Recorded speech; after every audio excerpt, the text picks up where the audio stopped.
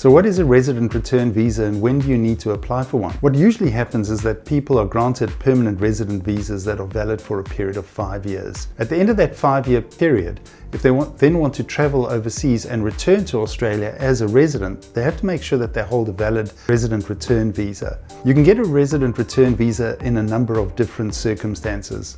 The first way is if you spend 2 years in Australia during the preceding 5 years, i.e. the 5 years preceding your resident return visa application. Under those circumstances, you'll get a 5-year resident return visa. But what happens if you haven't spent 2 years in Australia during the preceding 5 years?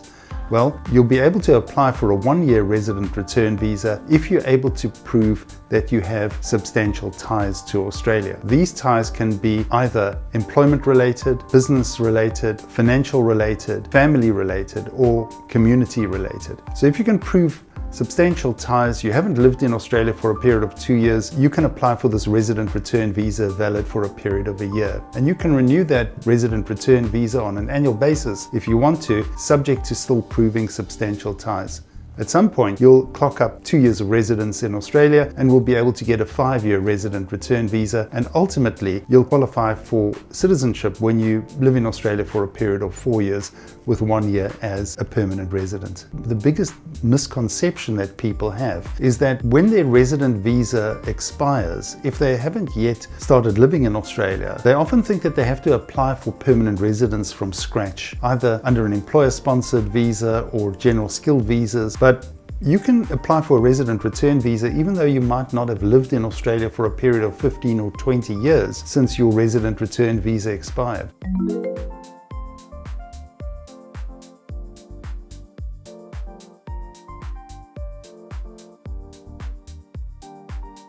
It is a little bit more complicated than just filing an application and proving substantial ties.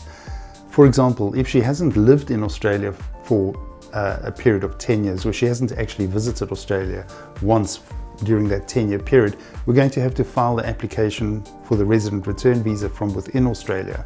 Can't be filed overseas. So she'd have to apply for a temporary visa that enables her to come to Australia for us to file the resident return visa. And we've got to make sure that if she's applying for, say, a visitor's visa, that visitor's visa mustn't have a no further stay condition, because then she can't come and file the application for the resident return visa from within Australia. Also, if you haven't visited Australia at least once within the last 5 years before you're filing a resident return visa, you have to prove compelling reasons why you couldn't take up your residence visa.